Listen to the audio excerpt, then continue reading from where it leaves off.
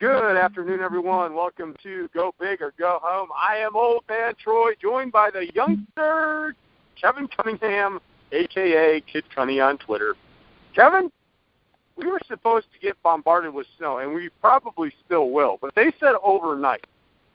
Today, I woke up expecting to go shovel. I actually got up a half hour early today because I was expecting to go out and have to shovel my sidewalk. I got outside, and I saw pavement, and I was like, woo! Then I turned the Weather Channel on and said, oh, it's just been delayed, and it's probably coming this afternoon around noon. So it's one of those things that here in about an hour or so, we're probably going to be in that blizzard-like condition, which is good for me because then I have an excuse to sit on my couch and just watch basketball and surf the internet for college basketball. So this is a really good thing for me. I have an excuse now in reference to my wife to sit on my rear and really do nothing because of the blizzard. So I like it. How are things down in the sunny state of Florida? You want to send some of that warm weather up this way? Well, if I sent Florida's weather your way, it would literally be 47 degrees right now and cloudy. That's what it is in Florida. So it's not gorgeous. I heard my uncle's in New York and he's supposed to get 2 feet. So yeah, I was curious about your weather situation, but you laid it all out there like the weatherman that you are. Yeah, well, I think you know this about me. I'm kind of a weather nerd. I have the Weather Channel on, and I like watching the Weather Channel. It's just something that intrigues me. So I do watch it. I watch the Weather Channel a lot. And so that's why when I looked at the storm, the way that it's coming in, kind of from the Midwest and kind of from the South, the funny thing is we're on that border. When you look at Pennsylvania, when you see that Pittsburgh isn't going to get what they thought, but then you look at the center of the state and the far left, I live right on that border. So it could be like I could get 8 to 12 inches, or I could get that 3 to 6 inches, or maybe less, because I'm right on the other side of the hill.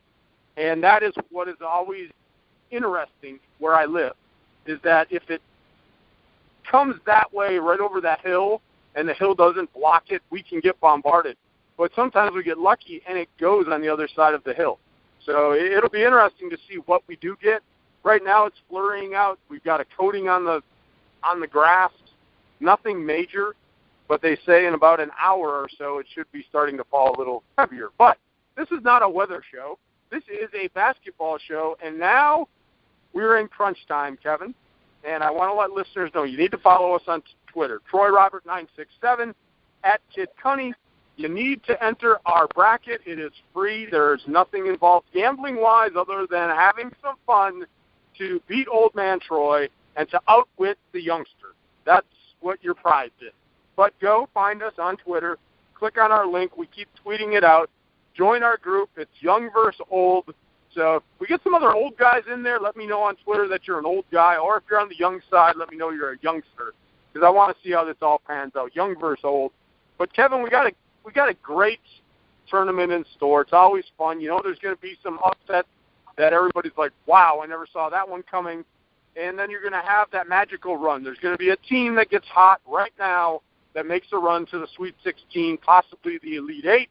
But as I was telling you before the show, we're going to go over the Midwest and the South today. And when I was going over my picks, yes, there was some debatable ones. Which 12 is going to win, which 10 is going to win, because it always happens. But honestly, I didn't debate a lot of picks in depth because we talked about the mediocre play of college basketball this year. But when you look at the seedings in the first round, at least the first games, I didn't see a lot of debate. You know, the 8-9, honestly, are toss-ups.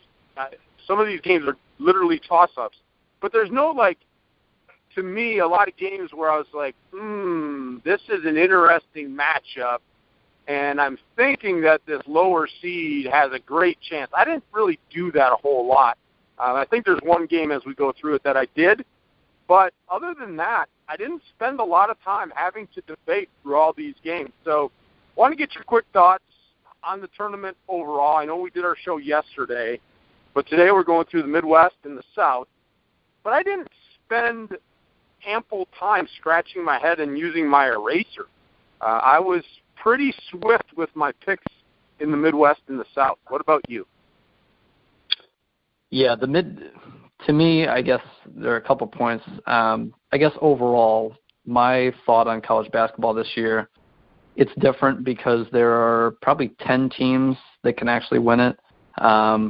Yesterday, I had myself saying there are 7 legitimate contenders, but 10 talent-wise that stand above the rest. Now I'm at 8 that can really win it, and still 10 talent-wise that are above the rest in college basketball, but no juggernaut team. We talked about that yesterday. There is no team that makes you say, okay, Kansas has to play it's a really great game to beat this team, or Villanova or Duke has to play a really great game in order to win against this team. There's no 38-0 Kentucky. There's no dominant team, just blowing by everyone right now. There's not that team. Villanova's had a really solid stretch over the last couple months, but they're not blowing teams out, blowing great teams out left and right with no holes. Every one of these teams has holes in college basketball this year. And so to me, I always thought throughout the year that there are a number of teams that could, first of all, win it. And then after those top 10 talented teams, it literally is at 10. That's where the cutoff is to me. You got teams like Kentucky and Oregon, 9 and 10 for me.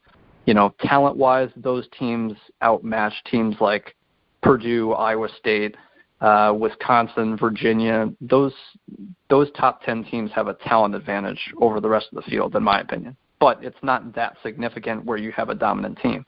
So overall, I think there are another 8 or 10 teams beyond those 10 that have really strong teams. Like a Wisconsin can be a really strong team. Iowa State, Purdue could be really strong teams. There are 8 to 10 more teams that are really strong and that I like kind of a lot. And so for me, this is the most vanilla and chalk-ish year early on in the tournament anyway that I've ever picked it, ever, in the history of picking brackets. Not that I've done it for 45 years, but I've been doing it for at least 15. So this is as chalk as I've went early on in the early rounds because I kind of like, especially the top 10 talent-wise teams, I kind of like, 16 to 18 or so teams in general as far as where they're built, their overall team, how they ended up down the stretch. I just like a lot of those teams. So I'm with you that I don't have many first-round upsets, and historically, every single year I make a post about a 14 that's going to be the 3, or a 15 that's going to be the 2, or a 13 that's going to be the 4. I always have one of those posts every single year. This year, I'm not going to. Last year, I picked a 14 over a 3. West Virginia was a 3 seed. I did a lot of research on the 14 they were playing. I think it was Stephen F. Austin, if I remember correctly, and they pulled off the upset. I was very happy to call that 14-3 upset. That was awesome. I did the research for it, was very proud of myself. This year, I think the biggest upset I have, I literally don't have a 12 beating a 5. Of course, that'll happen somewhere, but I'm not seeing it realistically. I favor the 5s over the 12s, and the biggest upset I have is an 11 over a 6. I've got a couple of them, but that's the biggest upset I have. It's very boring, very vanilla, but that's the way I'm picking it because I like most of these teams seeded 1 through 5 that much, which is weird. And I usually like a team seeded 13, 14, even 15 to beat an overrated 2. If I think the 2 is going to lose in the next round, I'll pick it just to have it. And if it, kind of makes sense. But this year more than ever, to me, the favorites are kind of favorites for a reason as far as the first and second rounds are concerned. So I don't have anything insane that's going to make you scratch your head. Every other year, I do. I have something crazy. This year, I don't. Well, in the first round, I do have a 12. I do have a 12 that's going to win, Kevin, and I'll get your thoughts when we go through that. I go a little more crazy in the second round, but there is a lot of chalk that goes on here. And again, you got to remember, I'm the old man. I get crazy. I do crazy things. I sometimes wonder to myself, maybe all those hits to the head playing soccer have affected my ability sometimes to have rational thought process. But let's get to it. Let's start right at the Midwest. You mentioned number 1 seed Kansas. We're going to go through every game quickly. We're not going to sit and bore our listeners with minute details about in-depth game previews. But if we think there's a reason for a pick, we're going to throw it out. And so we're going to start right at the top. Kansas, they play the winner of the play-in game, Kevin. I have no doubt that Kansas is winning, and they're moving on to their second Well, it's the round 2. I have Kansas moving forward. I would imagine that you're pretty much in agreement there. Believe it or not, I am in agreement with you, Troy. Yeah, I figured that I could be 99.9% sure you were going that way. But then you move on, and this is where it gets interesting in each of the brackets. Every day when we talk 8-9, these are the games I was talking about, Kevin, that literally you can flip a coin, and you may be right. You could be wrong. But when I looked at the matchups, the 8-9, and as far as seeding goes in the competitive level, they got these things right when you're looking at matching up teams. I mean, these teams, either one of these 8-9s could win. You have Miami versus Michigan State. Now, I know Michigan State had a tough time here in the Big Ten tournament. They did win a game, and then they lost a game. And we talked about this Michigan State team is not scary. I do like the Miami team a lot. But I'm looking at, is there an advantage that one of these teams can have? And I think it's the experience that Coach Izzo has in the tournament. I'm giving my coin flip in this game to Michigan State. So that's my pick there. What did you pick in this game, Miami, Michigan State? Yeah, I'm with you. And going forward today and tomorrow, we'll talk a little more in depth, obviously, with the Big Ten teams, since this is a Big Ten show. And like you said, 8-9s are always coin flips. I forget what the percentage is over the last 10 years, but it's 53-47. It might actually favor the 9s. But that's how much, difference there is between the 8s and 9s. It's a pick'em game. Vegas, it's probably a, 2.5 point spread one way or the other for all of these 8-9 games. There's no crazy, insanely talented 8 seed or 9 seed. Even though I really like Wisconsin as an 8 seed, Virginia Tech's still a solid team. That's why they're a 9. So these games are coin flips. I'm with you. I like Michigan State as well. If you want to learn a little bit about Miami, they're a tougher team. They're kind of young. They've got a couple veteran guards, but outside of that, they're a younger team. They're a small team. Their leading rebounder is 6'8". So I think Miles Bridges is going to be one of the bigger players in the game, not from an impact standpoint, but literally height and physicality. He's going to be bigger. And obviously Nick Ward inside, Michigan State's lone, really productive big guy. Both of them are freshmen, Bridges and Ward. I think they're going to own the glass against Miami. I don't think it'll be a crazy disparity, but I like Michigan State on the glass. Miami has tough guards, but they've got a freshman in Bruce Brown. He's 6'5". He'll probably be in the NBA at some point, not next year, but at some point. Miami beat North Carolina, and Brown had 30 points. He's a freshman, a 6'5" freshman guard, had 30 points against North Carolina. And Miami also beat Duke, and Brown scored 25 in that game. So the talent is certainly there, but they are a younger team. They're a smaller team. So I think Michigan owns the glass, and Cassius Winston's a freshman point guard for Michigan State. Him and Tum Tum Nairn, I think they'll be able to do well against Brown. I think they'll be able to contain him. I like Izzo over Larinaga, even though Larinaga is a good coach at Miami. I just like Michigan State because they're essentially rebounding. Yeah, I give the edge to Needle there, Kevin. In this tournament, you've got to be able to play defense. And when I look at it, I know Miami had a couple big wins. But defensively, I give the big edge to Michigan State. That's ultimately, why I moved them forward to face Kansas in the second round. Now, moving down, this is another interesting matchup. This is a 5-12. And you look at the 5-12 here, and like I said, there are some years when you're salivating going, which of these 5-12s am I going to pick? But you've got a 5 seed in Iowa State, Kevin. I really like this Iowa State team. And they're getting pitted against a Nevada team that probably doesn't get a lot of press, but a good little team out in Nevada. But they're playing a really good Iowa State team. I just think Iowa State is too much for Nevada in this game. I can't pick the 12 seed in this one. What are your thoughts here on this game? I'm with you. And it ultimately sucks that Nevada faces Iowa State in the first round. This is where, my vanilla picking comes from this year, is because I kind of like the 5 seeds and 4 seeds a lot, which is ripe for the picking. If you're looking at good mid-majors, they're seeded 12 and 13. The really top teams in the smaller conferences that win, those teams that go, 29 and 4 and just obliterate their league because they're a lot better than their conference, they're seeded around 12, 13. Sometimes 14. But so these 12 seeds like Nevada, and Nevada's part of a conference that isn't technically they're a mid-major, but they're, it's Nevada, it's the Mountain West Conference. They're not tiny. You have heard of the Mountain West Conference. But so Nevada, to me, is the best double-digit seed outside of Wichita State from a talent perspective. They might even be better, realistically. Cameron Oliver, a forward, he's a sophomore forward. He averages 15 and 8. He's going to be in the NBA. Marcus Marshall's a guard. He averages 19.5 points per game. He's going to be in the NBA. This is Nevada. This is a mid-major, technically, with a couple NBA players. This is a really good Nevada team, but they run into Iowa State. It sucks. Ultimately, there are 3 seeds that I find more vulnerable to losing than Iowa State is, and Iowa State's a 5. If, for instance, Nevada was playing Baylor, if Nevada was playing Florida State, I would pick Nevada. But, unfortunately, they play against Iowa State.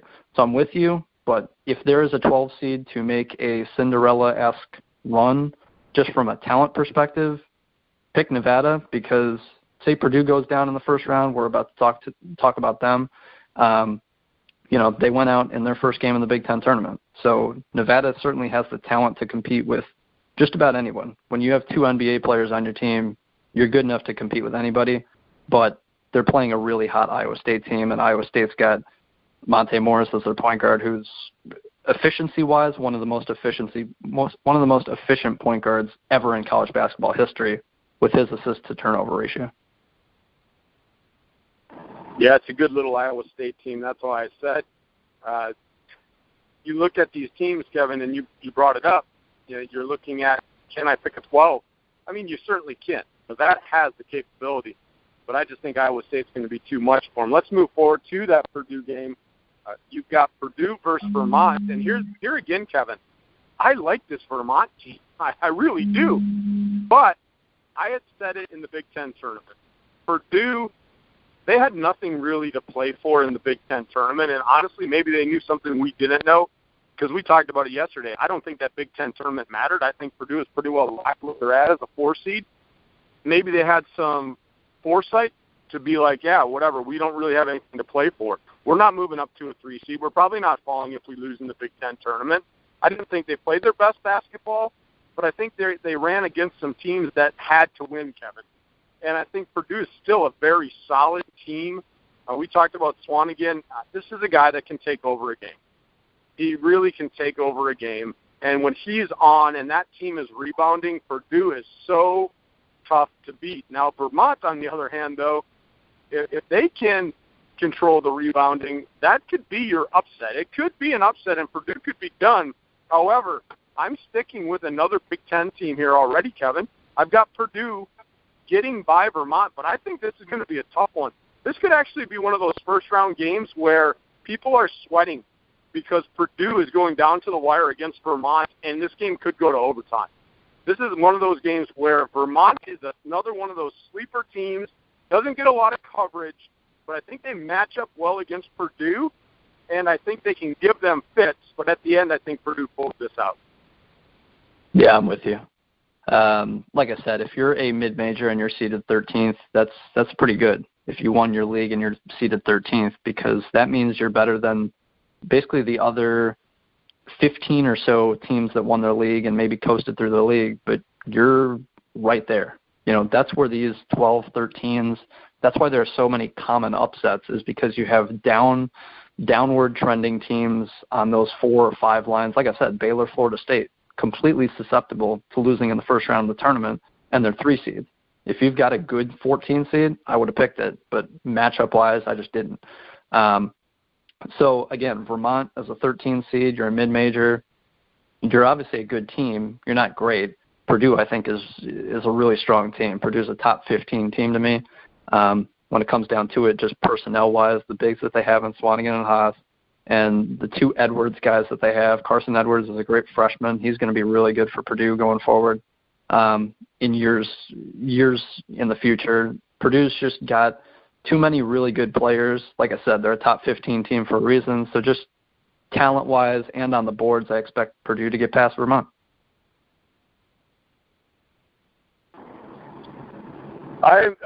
We are now, it's one of those things, Kevin. and I got to let the listeners know, we did not compare picks before we started the show. So none of our picks have been compared. We threw some thought, though, but we did not compare any of our picks. Moving forward, Kevin, an interesting Creighton team. A team that in the beginning of the year, probably higher hopes than a 6 seed, to be honest. They're going to face a Rhode Island team in the 6-11 game.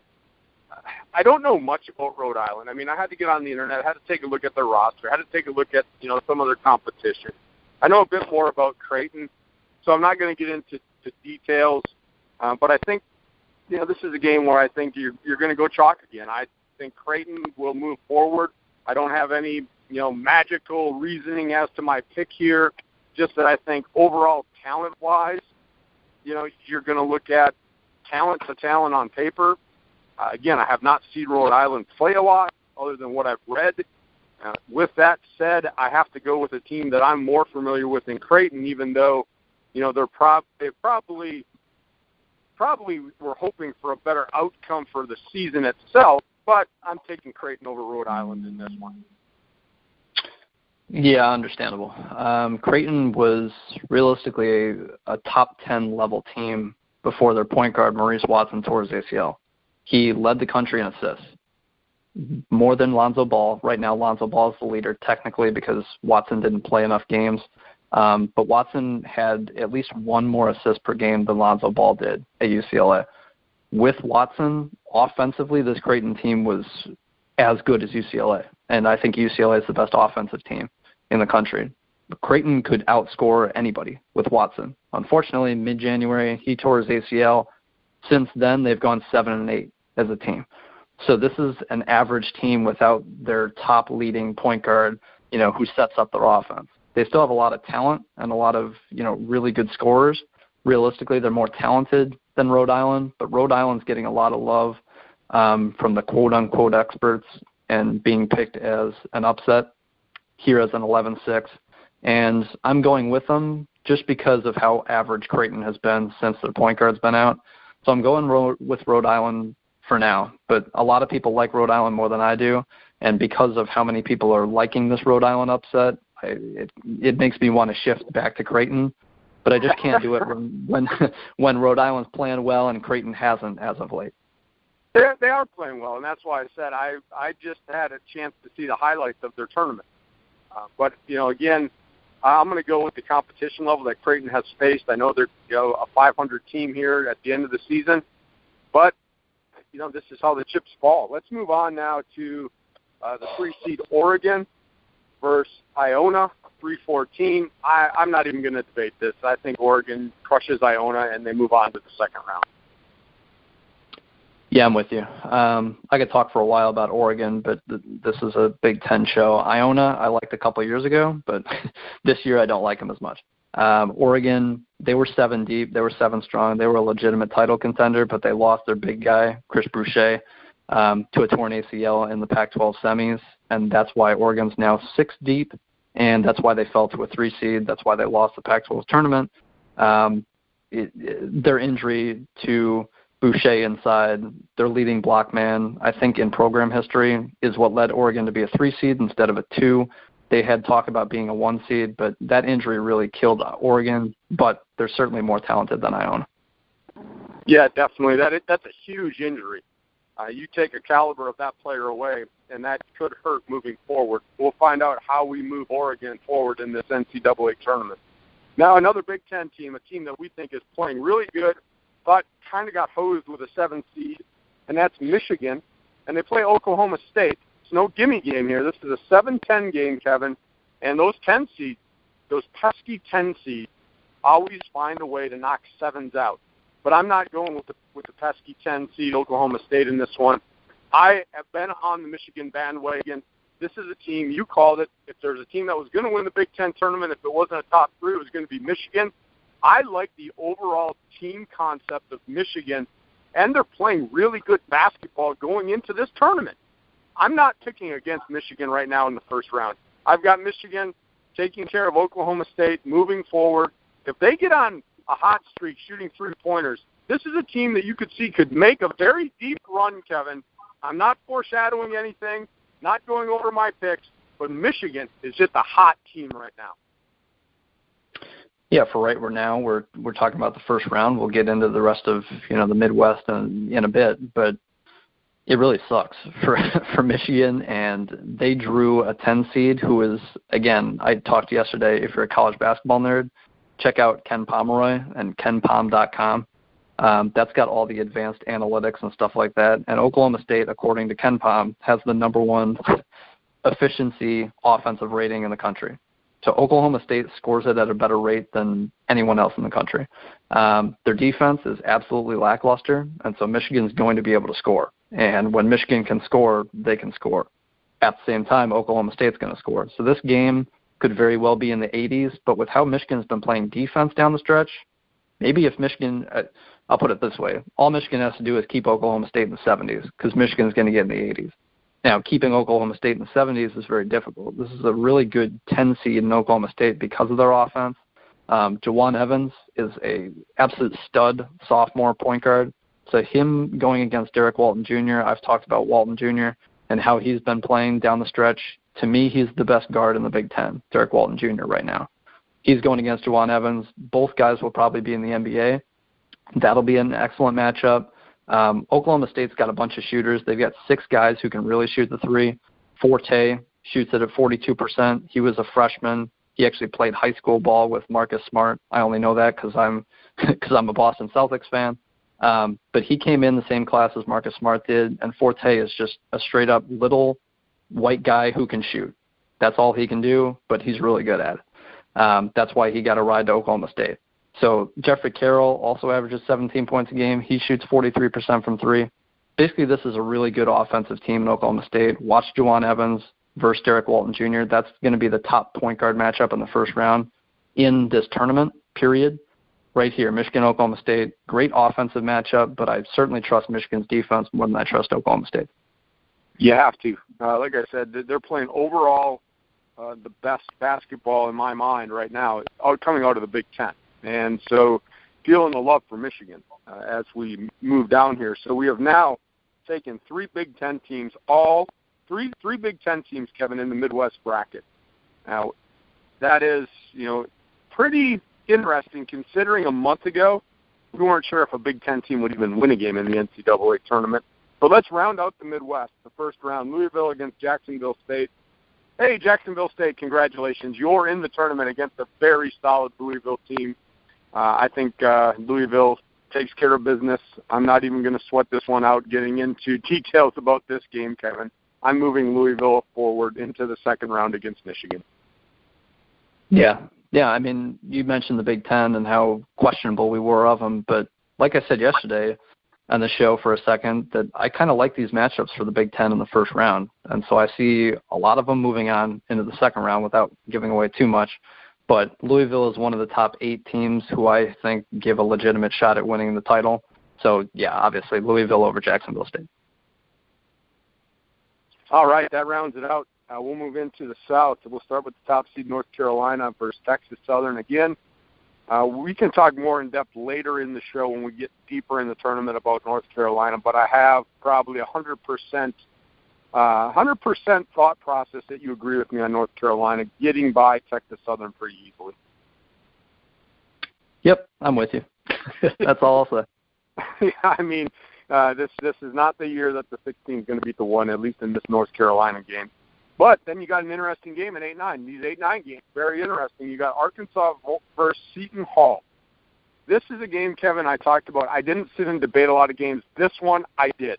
I went with Arkansas. I went with Seton Hall. I always want to say Seton Hill because I live out in Western PA, and there's a school called Seton Hill out here. I've had Arkansas on the second line. I've had Seton Hall on the second line. I had Arkansas on the second line. I think you see where I'm going with this. At the end of the day, I am going with chalk. I'm going with Arkansas here. And, again, it's just one of those things. I don't know why. I can't give you a legitimate reason like, well, this is the reason, this is the reason. I look at these two teams as being pretty evenly matched up, and it's just going to be one heck of a ball game. But I'm going with Arkansas here. Yeah, to this point, we have disagreed once, and that's, me going with Rhode Island over Creighton, but that's a pick'em game to me. And with that, I'm not straying away from you yet. Only one difference so far in the picks in the first round in the Midwest, and so far in the South, there are none. I'm going with Arkansas as well. I like the way Arkansas plays, I think, from a talent perspective. Arkansas has Moses Kingsley inside, who was at one point a 5-star recruit. He's a senior now. He obviously, couldn't leave early for the NBA because scouts didn't like him enough. But I like the way Arkansas gets literally up and down the court. They, quote-unquote, play 40 minutes of hell under Mike Anderson. I love that style of basketball. So I just think Arkansas is more intimidating and have a little more talent than Seton Hall. So I'm going with the Razorbacks going forward. Yeah, it's a tough one. It's going to be an interesting game. These are the games I like to watch, because that is true NCAA basketball tournament. Two teams that are passionate first round, everything on the line. You win, you move on. You lose, you go home. Two very good basketball teams battling in that 8-9 game. Then we move forward, another Big Ten team. Talking a lot about Big Ten today. The fourth team, Minnesota versus Middle Tennessee. And when I look at it, we scratched our head. Why did Minnesota get a 5 seed? When you look at where Wisconsin and where Michigan were seated, and it's due to that last 10 that the committee uses. And like I said yesterday, hogwash, throw the last 10 out. Look what Michigan did here on the last couple of games, struggling against a Wisconsin team and then losing a player. I don't think they deserve to be a 5 seed, Kevin. I talked about a 5-12. There's a 12 that I think can win. I think Middle Tennessee State, as much as I like the way Minnesota was playing, I've watched the last couple of games. I'm looking at the recent history. I think Middle Tennessee State actually takes down Minnesota out of the first loss in the Big Ten. I think we may disagree on this one. I'm not sure, but I think this could be another disagreement here in the first round. But I've got number 12, Middle Tennessee State, upsetting Big Ten Minnesota. Troy, you're going against a Big Ten team, and this is a Big Ten show. What are you doing? Obviously, all the Big Ten teams are going to move into the Elite Eight, play each other in the Final Four championship game. Obviously, that's going to happen. Kidding aside, I like this Minnesota team, and if you watched a second of any of the bracketology shows on any network, they would say go with Middle Tennessee State. Middle Tennessee State was a 15 seed last year, beat Michigan State as a 2 seed. I think I had Michigan State winning the title last year, and I was done. Day one, because Middle Tennessee upset them. I either had Michigan State winning or I had them in the finals losing. So day one, Middle Tennessee State had that probably the biggest upset in tournament history. It was a 15-2, and there was a 2 seed, Tom Izzo's 2 seed, that people had winning the title. That was probably the biggest upset in tournament history. But so this year, fast forward, Middle Tennessee State basically dominated their conference, and people are saying that this is the same Middle Tennessee State team, except they added a transfer who is now their leading scorer from Arkansas, actually, believe it or not. So Middle Tennessee State added this transfer from Arkansas who leads their team in scoring. And people are saying that this is the same Middle Tennessee State team, but they've got obviously the upset under their belts from a year ago, and now they're a 12 seed, and Minnesota's ripe for the picking with Akeem Springs' injury. Minnesota's only 6 deep. Middle Tennessee State had that huge upset a year ago, but I'm sticking with Minnesota, actually. And I'm not trying to be a Big Ten homer here, but everyone is on the MTSU bandwagon, and I get it.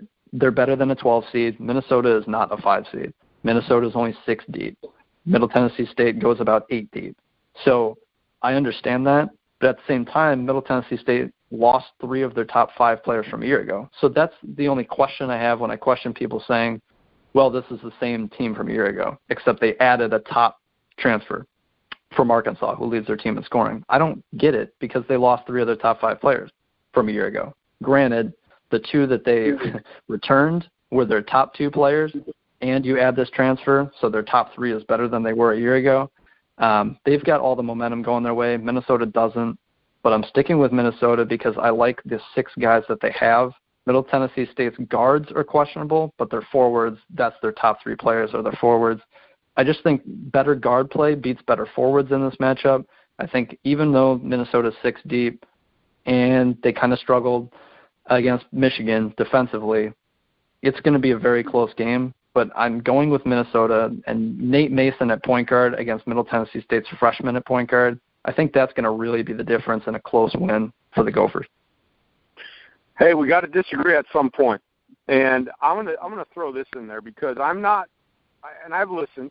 I'm not that guy that says this is the same Middle Tennessee State. I think I'm picking more against Minnesota because of their recent play than saying Middle Tennessee State is a great team. They're a good team, right? But I think I'm picking more against Minnesota due to what has happened here at the end of the year.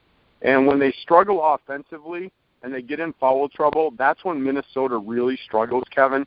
And now that they're only 6 deep, if they get into foul trouble, they're really going to be hurting against Middle Tennessee State. And so it's more of me picking against Minnesota in this than actually picking Middle Tennessee State, if that makes any sense at all. So that was my logic in that game. It wasn't so much like, man, I'm in love with Middle Tennessee State. I'm just not as much in love with Minnesota. But let's move on. We've got Butler versus Winthrop. And, this is a Butler team that has risen to national spotlight over the past couple of years, which has probably helped their recruiting out a lot.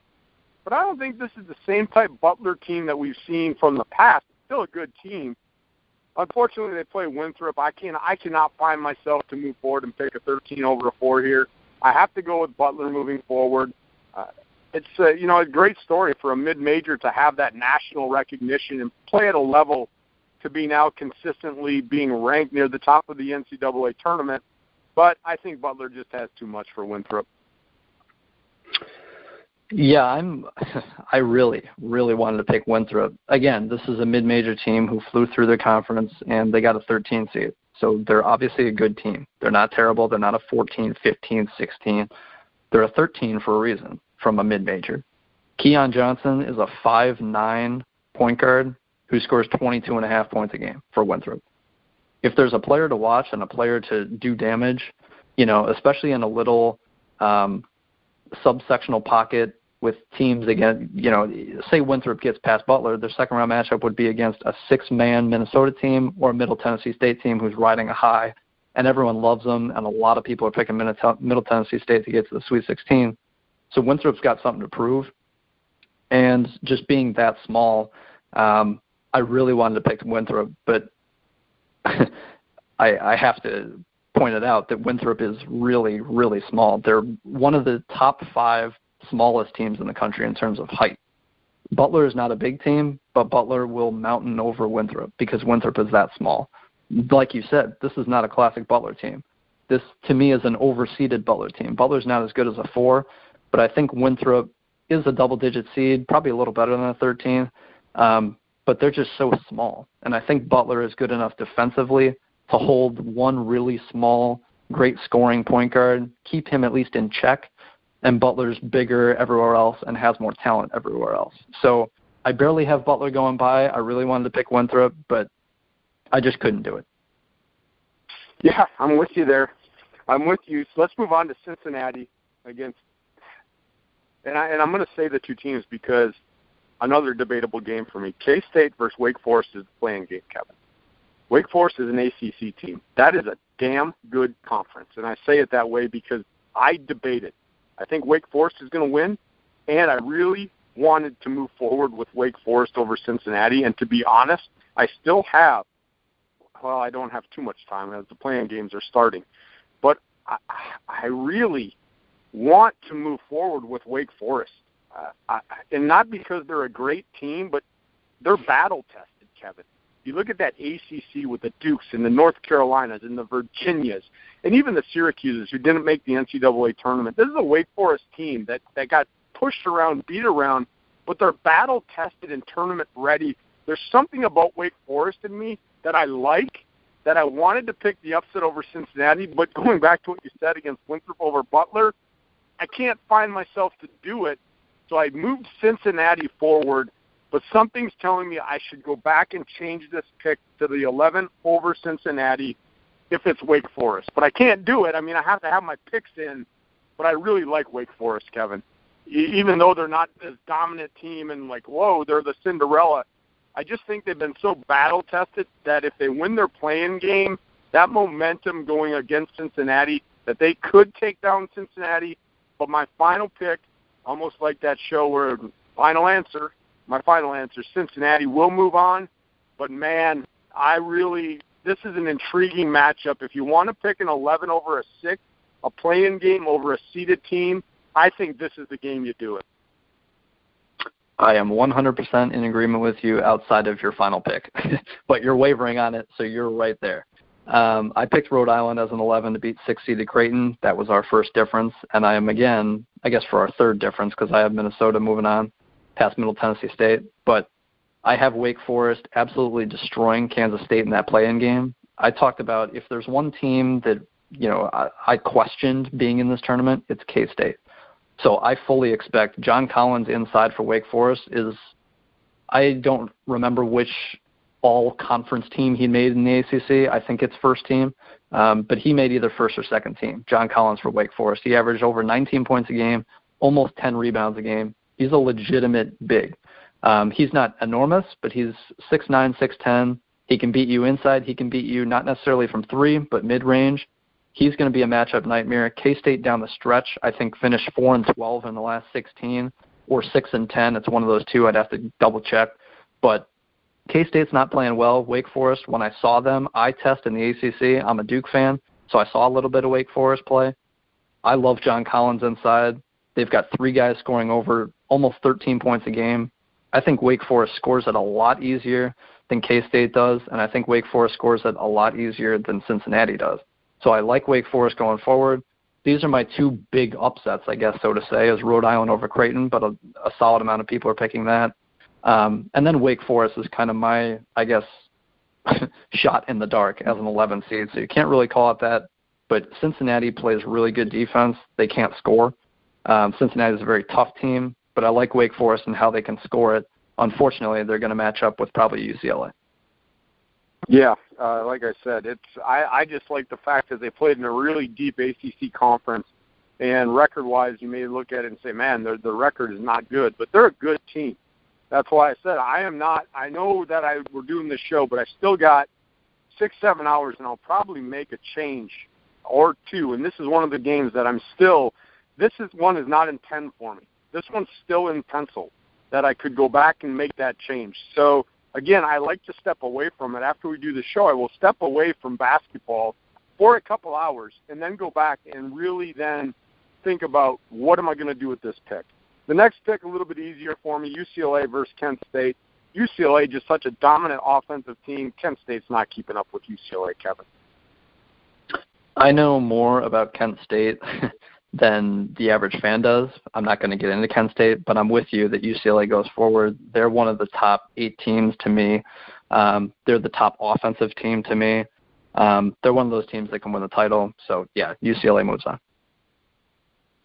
And then here's that 7-10 pick, Kevin. Dayton versus Wichita State. A lot of debate about Wichita State being a 10. They are a 10. They play Dayton, a good Flyers team respectable seed at 7. But this is that 7-10 matchup where these teams are very evenly matched, and you have a Dayton-Wichita State team.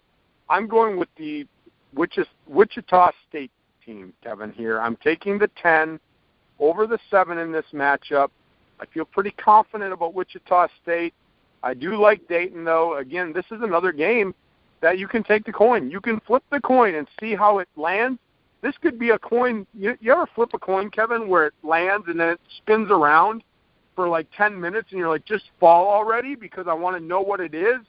This could be that game. This could be that coin flip where it just rolls around because I like both these teams. It's unfortunate that they're matched up in the first round, but I have to pick one. I'm picking Wichita State. A lot of people are picking Wichita State. And like I said, if you check KenPom, they love Wichita State. I said yesterday, and I tweeted out while the selection committee show was going on, Wichita State's a 10 seed. I'm crying because they play like a 4 seed realistically, and Dayton, I think, is underseeded. I think Dayton should be probably a 5 or a 6 realistically with how good this Dayton team is. I think Dayton's really strong. I think Wichita State's really strong. It's going to serve for a heck of a matchup in the second round for Kentucky.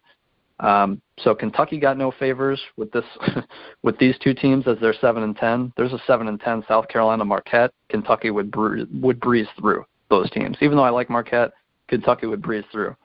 No matter who wins, Dayton or Wichita State, Kentucky's not breezing through. And I could see Kentucky losing in the second round. Not to forecast that, but I've got Wichita State moving forward. I like their ability to shoot it better. I think their bigs are a little better. Landry Shamet is going to be a name to know for Wichita State. He's a freshman point guard. He's already averaging 11 a game, over 3 assists a game. Not that that's a ton, but he's going to keep getting better, and he's going to be a name to know, much like Ron Baker was for Wichita State these last 4 years. Shamet's going to be a name to know, and it's going to start in this tournament. Yeah, like I said, Kevin, this is that game. I feel bad for both these teams because I think they're both solid, legitimate teams that can play in the NCAA tournament. Not just, hey, I won my conference tournament, I can get in, I'm happy to be here. I think both these teams have very good teams where had they been in a different seeding and they weren't playing each other, I think both of them can move on. And that's why I said this is that game where the coin rolls around for a little bit and you're just like, man, unfortunate matchup for both these teams. But I think that might be one of the most exciting games outside of, you had talked about the Michigan game and Oklahoma State game. That's going to be a game I think is going to be exciting. But I think this Dayton-Wichita State game is going to be an exciting game to watch if you're a basketball fan, not just a bracket watcher. If you're a basketball fan, Kevin, this is a game to mark down on your calendar to actually watch. I think it's going to be a great game. Second game, Kentucky versus Northern Kentucky. Man, an in-state rivalry game in the NCAA tournament. Does Northern Kentucky have enough to bring down the mighty Wildcats? The answer is no. Kentucky moves on. Yep, the answer is no. It's, I think, something to note, though, that we don't really talk about when evaluating seeds is that the committee really wants to keep teams as close to home as possible. So if they can keep Kentucky and Northern Kentucky kind of together and they think Northern Kentucky is a 15 seed, likely the selection committee didn't say, okay, Kentucky's the third best 2 seed or the best 2 seed. So, okay, follow the S curve, and Northern Kentucky is the worst 15 seed. So here we go, plays out perfect. They want to keep teams as close to home as possible as long as it makes sense seeding-wise. This is one of those instances. Obviously, Kentucky wins, though. Yeah, it sucks for Northern Kentucky. But, hey, this is one of those games, though. I look at it this way, Kevin. I pick Kentucky, but I think Northern Kentucky can at least intrigue people maybe for 10 minutes and keep it close for the first 10. Just playing on pure emotion against Kentucky in an in-state rivalry type game. But, looking at the time, we spent a lot of time in these first-round games. The second round, I think we can go a little bit faster as we move on and go through our picks to get to the Final Four. And we're going to start back up in the Midwest. So both of us have Kansas and Michigan State. Like I said, Kevin, to me, Michigan State is not that scary Tom Izzo team. I know they can play well at times. They play good defense. But I think Kansas is just too much for them. I think Kansas moves on to the Sweet 16. Yeah, we'll get it going forward. And, again, you're picking against a Big Ten team, but I'm going to pick against a Big Ten team, too. Finally. Yeah. Finally picking against a Big Ten team. No, it's not saying this is the thing, Kevin. I do my picks, but when I watch the tournament, as much as, I'm a Wisconsin guy. I am a big Wisconsin guy, and you can say this if you want to parallel it to you being a big Duke fan. But in the tournament, yeah, I'm going to cheer for Wisconsin, even if I pick against them, because that's my team. But I'm also a Big Ten fan. So as much as I want my bracket to do well, should Michigan State win here, that's great. I'm going to cheer for Michigan State, even though I picked against them. I just don't think they have it. I think Kansas wins. So, when you're a Duke guy, and I know time is not really of essence in our show, but I want to keep it as close to an hour as we can, a little over an hour. I don't want to bore the fans. But when you're a Duke fan, do you find yourself cheering for the ACC? I know you're a Wisconsin guy, born there, a Wisconsin Whitewater grad like me. Do you cheer for the ACC, or is it just Duke? Is it just your team? And maybe it's a little different because I'm a Wisconsin guy, grew up in Big Ten country. But I cheer for the Big Ten to win. I want to see them do well. Not to get too into personalities and how humans are developed, but it's one of those sports things. I think sports psychology is very interesting to me. It's something I don't really talk about a lot because a lot of people don't care. But sports psychology is really interesting to me, like how a lot of good quarterbacks come from the Pac-12 and not, the Big Ten historically. Obviously, you got your Brady and your Breeze and guys like that. But typically, quarterbacks come out west just because they want to play in warmer weather. And so out west, you got a ton of Pac-12 schools with warm weather and high-flying offenses. And in the Big Ten, historically, you've got these tough offensive lines, tough running backs, because it's 20 degrees when you're playing. That's just sports psychology. That's just the way America is landscaped and how weather comes into effect. You love weather, obviously. So that's just one of those things in football. In basketball, I'm kind of with that, just talking about sports psychology. You grew up in Big Ten country, Wisconsin. You like the Big Ten as a whole. Me, I grew up in Florida, South Florida. And so to me, there was really no allegiance. There was no – you basically loved Miami football, Florida State football, or Florida football, college football. Pro football doesn't really matter. Pro basketball doesn't really matter. There are very few legit Heat fans. I only know one Miami Heat fan. So I guess from a conference perspective, and this is my city, this is my town, this is my conference, this is where I grew up and how I was raised, just where I came from, that's not a big thing. In the Big Ten, it is a big thing. So I fully get it. I'm just not, that's not how I was brought up. That's not me. My dad's from the Midwest. He has that in him. He loves the Big Ten. He roots for the Big Ten. I don't have that just because of where I came from. So I'm solely a Duke guy, but I'm starting to, I think, come around because I spent however many years in Wisconsin. Now I'm back in Florida. I spent so many years in Big Ten country that, yeah, especially doing this show, I would absolutely love to see Michigan State beat Kansas. I want to see Michigan State go as far as possible. If that's the case, they would play Purdue, so that'd be interesting in the Sweet 16. But I don't have that in me, but I'm starting to root for teams like Virginia in the NCAA tournament. I start to root for teams like Wake Forest. North Carolina, absolutely not. But that's because I'm a Duke fan. I knew that was coming out. As a Duke fan. Can't root for North Carolina. Let's see how far you push them as we move to the bottom of this bracket. That's great insight, Kevin. Let's move on now. You want to talk about me in the Big Ten betting against them. I've bet against them a couple times. Iowa State, hot team right now. You're talking about overall teams that are hot. Iowa State playing really good basketball against the Purdue team that we've talked about, has the roster makeup, Kevin. If they can turn the light switch on, that can compete with anybody in the country with their bigs. And like you said, Edwards shooting it outside, if he gets hot, this could be a very, very tough out for any team that plays Purdue. And guess what? I am jumping on the Big Ten lemonade right now. I am picking a Purdue team over Iowa State. It's going to be a tough battle, but I've got Purdue moving into the Sweet 16 to take on Kansas. Good for you. And I'm with you. I finally picked against the Big Ten team, Michigan State. Like you said, Kansas, just too much for Michigan State. Michigan State's too young. Purdue, Iowa State, a lot of people are liking Iowa State because of how they won the Big 12 tournament. Monte Morris, like I said, one of the best point guards ever in college history, just from a statistical standpoint and efficiency standpoint. Iowa State's great. The problem is they're small.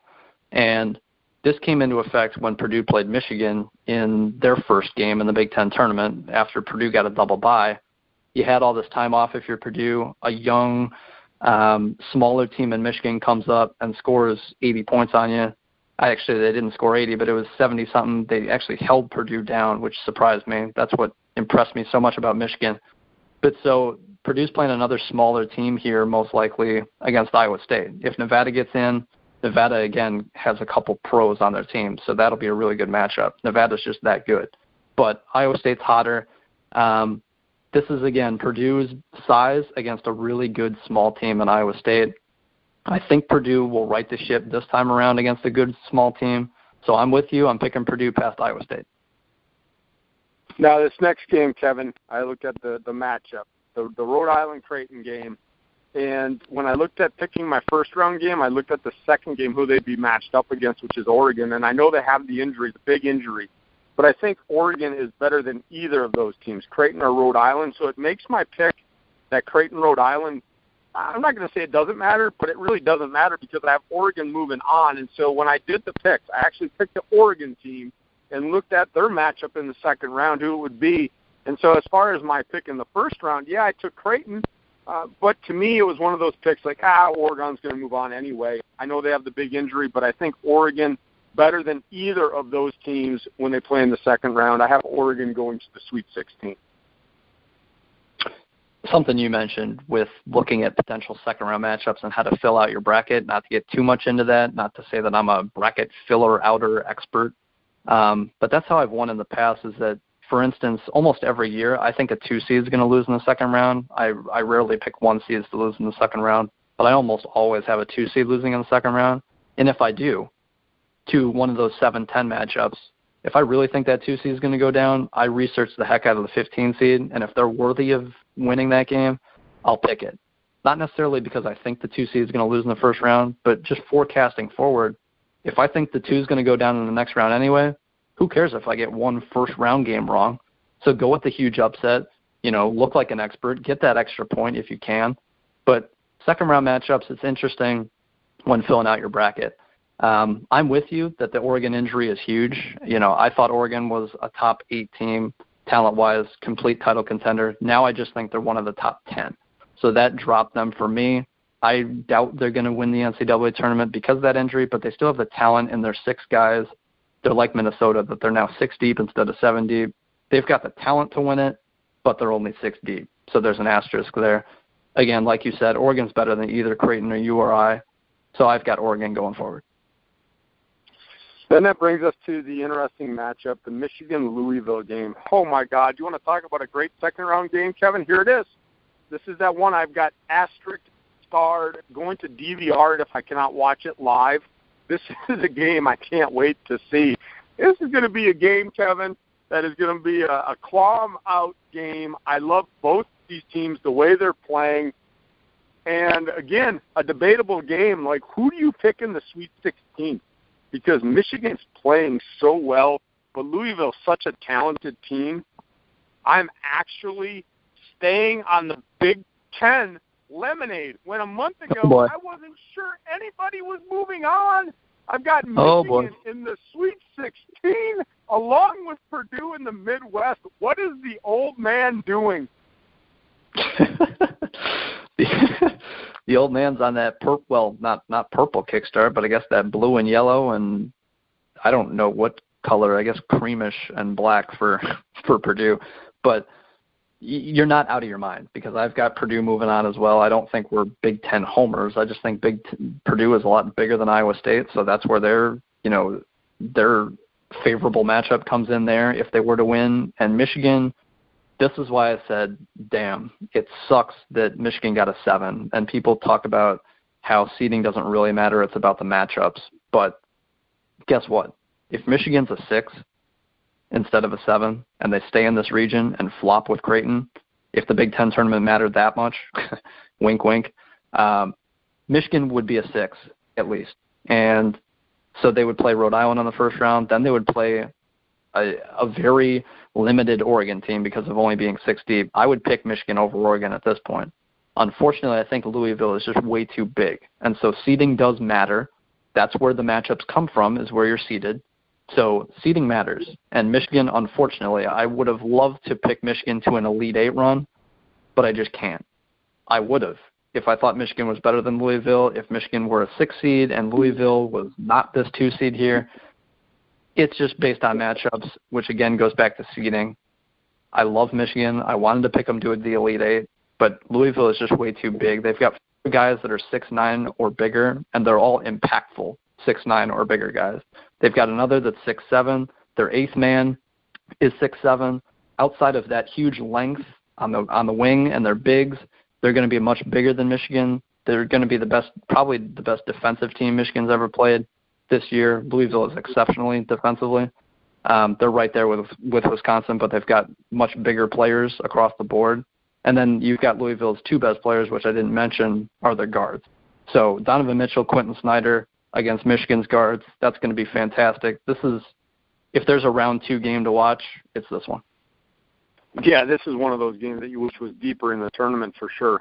It's going to be a great one. And so, yes, I wouldn't even say I'm being a Big Ten homer. I really like Michigan. I like watching them play. something about this team. They went on that magical run in the Big Ten tournament. Just think when you say a team has got it, I think Michigan's got it. And there's always that magical run. And maybe I'm forecasting something for the future. Let's go North Carolina, Arkansas. I don't think we need to debate this one, Kevin. I know you're a Dookie fan, but I can't see Arkansas getting by North Carolina in the second round over a 1 seed. No, and I'm a very critical Duke fan, and I try and analyze and be as fair as I can when, breaking down teams. So I'm not a Carolina hater. I'm not stupid. Well, I am a Carolina hater, but I'm not I'm not stupid when it comes to evaluating North Carolina and how good they are. I tweeted out when the bracket came out that North Carolina could score 100+ on Texas Southern in the first round. And against Arkansas, Arkansas likes to get up and down, like I said. North Carolina could have 2 straight games of over 100 points. I've got North Carolina moving on. Then you got that Middle Tennessee State game, Kevin. I know you picked the Sodas. I picked Middle Tennessee against the Butler team. I said it's not the Butler team of old. Like you said, you thought they were overseeded. People are jumping on the Middle Tennessee bandwagon. And as I mentioned earlier, it wasn't so much that I was picking against or picking Middle Tennessee because I love them. I was picking against Minnesota. Well, guess what? If there was a favorable draw for any team, I think it's Middle Tennessee State, and I think that's why people are jumping on the bandwagon. I'm picking more against Butler than I am that I love Middle Tennessee State. But I've always got to take one of those upsets, and I've got to move them along to the Sweet 16 because there's always one. I think Butler plays bad. I think Middle Tennessee State executes. I think you have a 12 seed in the Sweet 16 in Middle Tennessee State.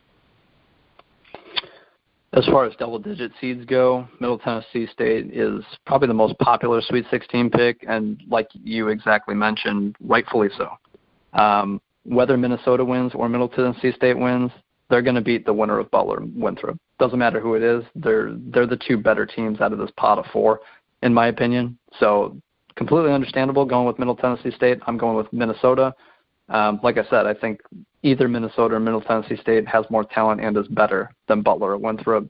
So I've got Minnesota moving on, but I'm completely with you. If there are double-digit seeds to look for in the Sweet 16, Middle Tennessee State's one of them. Just from a talent perspective, Nevada's one of them as well. Yeah, again, it wasn't that I'm jumping on this Tennessee bandwagon. I'm jumping off the Butler bandwagon. Like you said, that group of 4. I'm with you there. Very well could see your pick, Minnesota, being in the Sweet 16 too. That definitely could happen.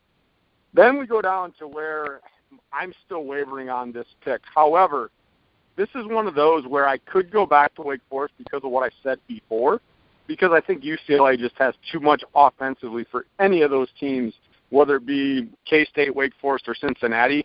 UCLA is the cream of the crop offensively comparative to those 3 teams. We know Cincinnati can't score. If I stay with Cincinnati, UCLA crushes them in the second round. Wake Forest, maybe a little bit different story, but I've got UCLA moving on easily into the Sweet 16 here.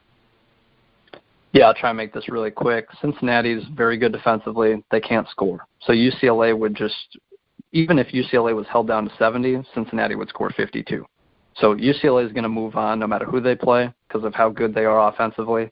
But if UCLA does play Wake Forest, like I predict, that game could be in the 90s with how well Wake Forest scores it, and UCLA can score 100 on almost anyone. So if UCLA does play Wake Forest and you like offense, check that game out. I've got UCLA moving on. So now an interesting matchup, Kevin. Wichita State versus Kentucky. We just talked about how good this Dayton team and Wichita State team are. A Kentucky team that is a 2 seed, and you look at it, a good, solid program, a team that is a top 10 team. I'm crazy today. Maybe it's the snow. Maybe it's the blizzard watch. Wichita State is taking down Kentucky, Kevin, and Wichita State is going to the Sweet 16. The Shockers are going to shock the world by beating Kentucky. I know I'm crazy, but I go back to bracketology, and so I have to foreshadow, and maybe we'll just work our way back up. I think UCLA is too tough in that bottom bracket offensively, and I think they beat the winner, whether it be Wichita State or Kentucky. So this is where I take the 7 over the 10 over the 2, and I have Wichita State winning, and so then I'll kind of do a double take here. Then you have Wichita State versus UCLA. I think UCLA moves on, even though Wichita State, good team. I think UCLA is too much. UCLA finds themselves in the Elite Eight. So give your second-round Sweet 16 pick and then go right into your Elite Eight pick, and we'll work our way back up the bracket. Yeah, I've got Kentucky moving past Wichita State. It was either a year ago or 2 years ago that Wichita State beat Kansas, and that was a crazy rivalry because it's in-state, and Kansas never wants to play Wichita State because they have nothing to prove. They have the better talent, but Wichita State always wants to play Kansas because they know they can compete, and they finally beat them in the NCAA tournament. That was awesome. I picked that. That was awesome to see. This Wichita State team is as good despite being a 10 seed. The problem is they run into Kentucky, but Kentucky doesn't have the size and the depth inside that they usually have. This Kentucky team is not one of those 8 teams that can win it, in my opinion. They're one of the top 10. They're extremely talented, but they're not one of the top 8 that can win it because of how lackluster they are inside, which is weird to say about Kentucky. So Wichita State or Dayton realistically could beat Kentucky. So I understand your pick of going with the Shockers, but I've got Kentucky moving on. And then like you, UCLA is just too much. I've got UCLA in the Elite Eight. So then let's move on to the next game right above that, North Carolina, Middle Tennessee State. All the Middle Tennessee State lovers, I don't think they make an elite run. North Carolina just too big, too deep. North Carolina, to me, actually, I'm not going to say they embarrass Middle Tennessee State. They're a good team. They're going to make it to the Elite Eight in my bracket, but I think North Carolina is just way too much, way overpowering. They'll take care of Middle Tennessee State actually pretty easy in my mind to move on to face what will be a great game, North Carolina, UCLA in the Elite Eight. Yeah, I'm expecting that one 100%. Whoever comes from that pot of 4, Minnesota, Middle Tennessee State, Butler, Winthrop, probably Minnesota or Middle Tennessee State. UNC is way too much inside for either of those teams. And from a guard perspective, I talked about Middle Tennessee State's guards being suspect. Against UNC, you can't have holes in your team if you want to really compete with them because of how good they are offensively. So I've got UNC moving on. UNC, UCLA, I'll give my pick before I send it back to you. I talked about when this bracket came out that I tweeted out that I had thought about this matchup a lot because I figured it would happen somehow, some way, because of how much I like UNC this year and UCLA. Offensively, this game's probably going to be in the 90s, so it's going to be absolutely fun to watch. There are a ton of talented offensive players. UNC, though, usually wins on their size inside. That's where they beat teams up. They're the number 1 rebounding team in the ACC for a reason. They're huge. The problem is UCLA is also big. They've got quality depth inside as well. So UNC is not going to have that in favor of them. They're not going to have that favorable matchup inside.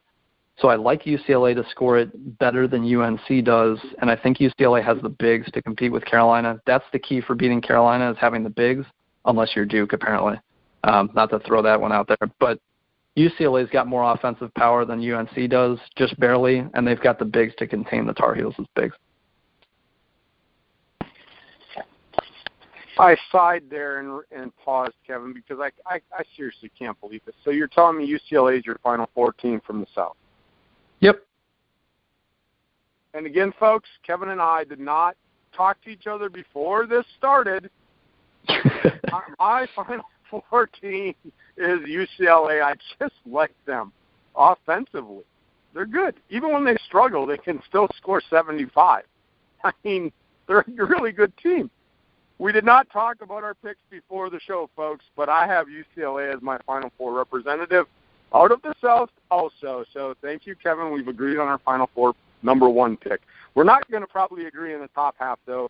This is where I go up. I had the Michigan team playing a depleted Oregon team. Not really depleted. I mean, they're still a good quality team, but they have a huge injury inside. And guess what? Yes, I'm drinking Big Ten lemonade. Michigan and their magical run have made it all the way to the Elite Eight after almost wanting to forfeit the first game of the Big Ten tournament due to a plane running off the runway. Michigan finds themselves in the Elite Eight when a month ago we weren't even sure if they were going to make the NCAA tournament.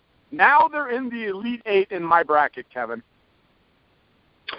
If Michigan plays Oregon, I'm 100% with you. If Michigan plays, Creighton, Rhode Island, Oregon, or Iona in that Sweet 16, they're moving on. If they get past Louisville. So you're right when you said that we're probably not going to, have the same exact Final Four on the right side of our bracket in the Midwest in particular, because you knocked out my pick in Louisville. I've got Louisville moving past Oregon. I would also pick Michigan past Oregon, so I don't think you're insane at all.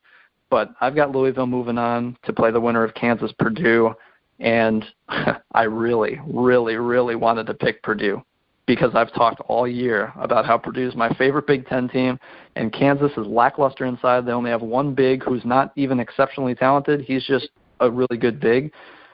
Purdue would have the advantage inside, and Purdue is the better shooting team from three. And Purdue has almost as much talent as Kansas across the board, realistically. This isn't a fantastic Kansas team. I think they're really good. Josh Jackson is going to be a top 5 pick. But Kansas, Nate Mason at point guard, that's going to be the difference, is Mason at point guard for Kansas, senior leader. He had somewhat struggled and gotten a little better as his career went on, but he's a senior leader now, scoring like 20 a game, getting over 5 assists, something like that. So Kansas has the advantage from the senior leadership perspective at point guard. That's the only thing that it comes down to for me. That's why I'm picking Kansas to move forward. But Carson Edwards is a freshman point guard against Mason. It's just a bit a mismatch at this point in Edwards' career. If Edwards was a junior even, especially a senior, I would pick Purdue. But Kansas just has a little bit better guard play, so I'm going with Kansas, unfortunately. I know people like guard play in the tournament. I like the bigs. I am drinking Big Ten lemonade. Purdue is going to knock off Kansas, Kevin. Like you said, I think they're too much inside. They're going to win the battle of the boards.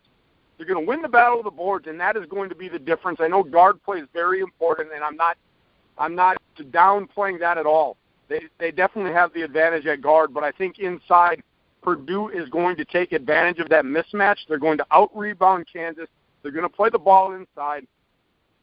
They are going to take down number 1, and then you have a Big Ten Elite 8 matchup, Kevin. Purdue versus Michigan, and your boys, the team that you have loved, the team that I didn't jump on the bandwagon in the beginning of the year. I have Purdue winning to go into the Final Four against UCLA. Who's your Final Four? Who's your Final Four from the Midwest? I've got Purdue. Yes, a Big Ten team. I guess you can call me a Big Ten homer, but I've got Purdue representing the Big Ten in the Final Four. When we started this show, we didn't think anybody could make it, nor did I. But now here in March, I am crazy. The madness has gotten to me. Purdue is in the Final Four. I just laugh, and, because of how much we downplayed the Big Ten throughout this year, and how I said literally, and you said that any Big Ten team could get knocked out in the first round, and it wouldn't shock us. If the Big Ten had no one in the second round, no one in the Sweet 16, I thought coming into the tournament, before the Big Ten tournament happened, that Purdue was the only complete team in the Big Ten. I would probably pick Purdue to get to the Sweet 16. That's it from the Big Ten. Then Purdue would lose to a 1 seed like Kansas, and that's it. Big Ten's done, moving into the Elite 8. You've got 2 in the Elite 8. You've got what's insane, and I don't think you're far off. Like I said, Purdue can easily beat Kansas, and Michigan can move through Louisville. I just think Louisville's too big, but Michigan can beat Oregon. Michigan can beat almost anyone when they're playing well. So I don't think you're far off in your prediction. It's just crazy to think that the Big Ten quarterfinal could be an Elite 8 matchup. And it's just insane to think that the 8th seed in the Big Ten tournament could make the Final Four, realistically. And I don't think that's a crazy thing to say. So we have downplayed the Big Ten so much, but the Big Ten may not have a complete juggernaut, but teams 1 through 5 or so are really strong. And especially this year when there is no juggernaut in college basketball and the top teams aren't that much better than the rest, it's understandable to think any top-end Big Ten team like Michigan or Purdue to make a Final Four this year. So it's crazy how far we've come. And again, the Big Ten quarterfinal matchup could be an Elite 8 matchup. I would go with probably Michigan at that point, if it got to that point. because Michigan would be riding a high, and their guards are better than Purdue's guards. Purdue's the better overall team, especially inside, but Michigan already proved that they can beat Purdue. So I would go Michigan there. I have Kansas, Louisville. I think Louisville's too much inside. Not going to break that matchup down. I have Louisville going on to the Final Four. Whee! All right. So you got Louisville, UCLA. I've got UCLA, Purdue. I think UCLA is too much for Purdue. Purdue's magic, and I guess you can call it a magical run. They'd be a 4 seed. I got a 3 and a 4. You've got a 2 and a 3. I think Purdue's magical run, they don't get to the championship game. I think UCLA gets to the championship game. Who do you have in the championship game from this side of the bracket? I would have UCLA over anyone on this side of the bracket. I have UCLA moving past Louisville. I would have UCLA beating Michigan or Purdue. UCLA is just such a complete team because they're the best offensive team, and they've got great scorers from the outside and the wings. They've got great three-point shooters. They've got one of the best point guards in Lonzo Ball, who can defend really well at 6'6". They've got bigs in Welsh inside. The other big is, I'm losing his name, Leaf inside. UCLA is just a complete team, and they've got shooters from the outside and youth and experience and the best offensive team in the country. So I have UCLA in the championship game. Not going to give away who wins, but I have UCLA in the championship game moving past Louisville because Louisville, I just think UCLA is more talented just about everywhere. Louisville's got a little bit of a veteran presence to them and a veteran advantage over UCLA if it got to that point, but UCLA is just more talented. So I've got UCLA in the title game. So there it is, folks. So we will tell you who wins if UCLA can win the national title tomorrow as we preview the East and the West. Kevin, I'm pretty proud of us. We kept it under an hour and a half, which, to be honest, I thought this show would push closer to 2 hours with everything that we were going to do. But make sure, folks, if you've listened this far, you must be enticed. Go find our bracket on Twitter, TroyRobert967 or Kid Cuni. We're going to tweet it out again. Go join our group, Young versus Old. We're pretty darn close in the bottom in the South, but the Midwest, we're all over the place when it comes to disagreeing, especially after the first round. But it's going to be interesting, Kevin, as we move forward. Tomorrow we're going to do the East and the West, and, boy, it'll be another exciting show. So hope you enjoyed the show today. For the youngster, Kevin Cunningham, a.k.a. Kid Cuni on Twitter, I am the old man, Troy Robert967 on Twitter. Have a great day, everyone. Kevin and I will get back with you tomorrow.